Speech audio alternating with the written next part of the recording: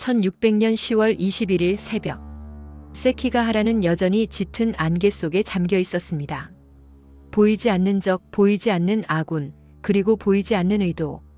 이 전투는 칼이 부딪히기 전에 이미 마음속에서 시작되고 있었습니다. 오전 8시, 안개를 뚫고 첫 포성이 울립니다. 동군의 선봉 이나오마사와 서군의 우키타 히데이에가 격돌합니다. 천하를 건 6시간의 혈투, 금막이 올랐습니다. 하지만 시야는 거의 제로. 병사들은 앞사람의 창끝만을 보고 움직입니다. 명령은 잘 들리지 않고 깃발은 안개에 가려 보이지 않습니다. 이런 전장에서 중요한 건 용맹이 아니라 통제였습니다. 그리고 이 혼란은 도쿠가와 이에야스가 가장 원하던 상황이기도 했습니다. 전투 초반 상황은 의외로 서군에게 유리하게 돌아갔습니다. 이시다 미츠나리가 배치한 서군은 고지대를 점령하고 있었고 동군을 포위하는 형태였기 때문이죠. 동군은 서군의 맹렬한 포화에 밀려 고전합니다. 미츠나리는 승리를 확신했습니다. 계획대로다. 이제 저 산 위의 군대만 움직이면 끝난다. 하지만 동군도 가만히 당하고만 있지 않았습니다. 이에야스는 움직이지 않습니다. 안개가 걷히길, 상대가 먼저 흔들리길 기다립니다.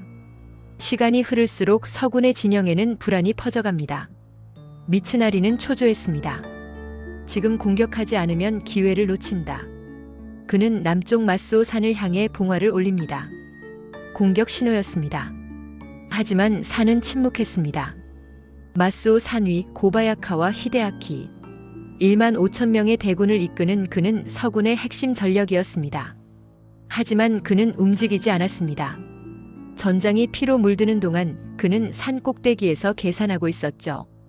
그의 머릿속에는 두 개의 편지가 있었습니다.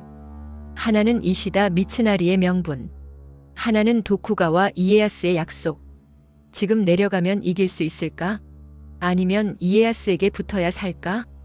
반대편 이에야스 역시 초조하기는 마찬가지였습니다. 약속했는데 왜 움직이지 않는가? 이에야스는 이미 고바야카와와 내통하고 있었습니다. 하지만 배신은 타이밍입니다. 확실하게 이길 것 같은 순간에만 배신은 성립하니까요.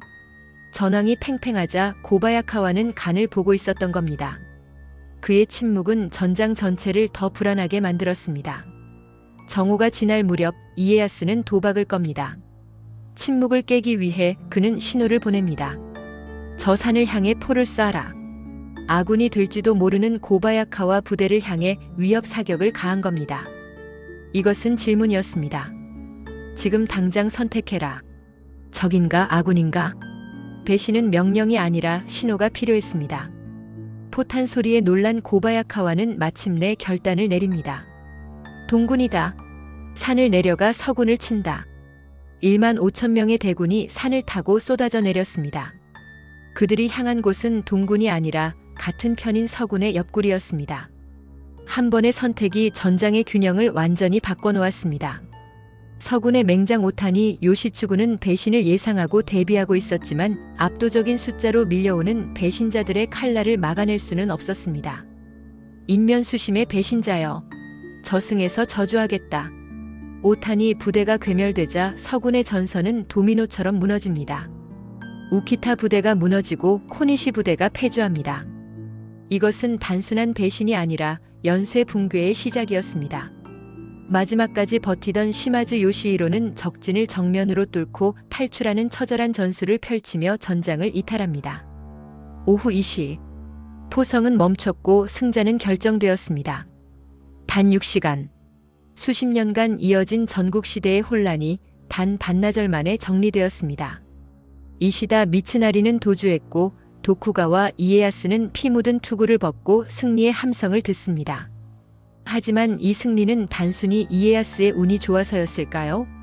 아니면 미츠나리가 부족해서였을까요? 안개 속에서 벌어진 배신은 우연이 아니라 철저하게 설계된 것이었습니다. 승리한 이에야스는 어떻게 패자들을 처리하고 새로운 300년 제국, 에도 막부를 열었을까요? 그리고 이 전투가 오늘날 우리에게 던지는 진짜 메시지는 무엇일까요? 다음 마지막 3부 승자의 설계편에서 이 거대한 드라마의 결말을 확인해 보세요.